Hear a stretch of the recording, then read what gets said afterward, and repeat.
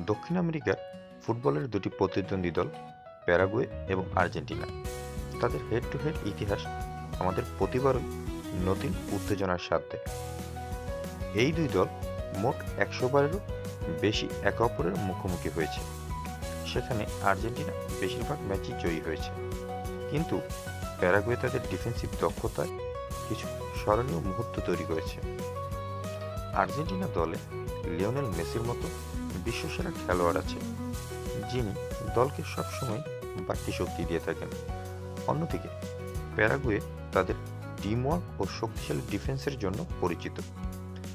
আগামী ম্যাচে সম্ভাব্য ভবিষ্যৎবাণী অনুযায়ী আর্জেন্টিনা এগিয়ে থাকবে, কিন্তু প্যারাগুয়ে এর ডিফেন্সিভ ও ফিজিক্যাল স্ট্র্যাটেজি এই লড়াইকে আরও কঠিন করে তুলতে পারে।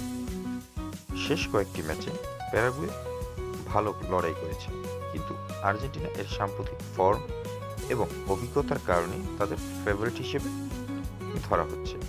তবে ফুটবলে সবসময় চমকের জন্য অপেক্ষা করতে হয়, সুতরাং প্রস্তুত থাকুন এই শ্বাসরুদ্ধকর লড়াইয়ের জন্য এবং দেখুন কে তৈরি করবে নতুন ইতিহাস।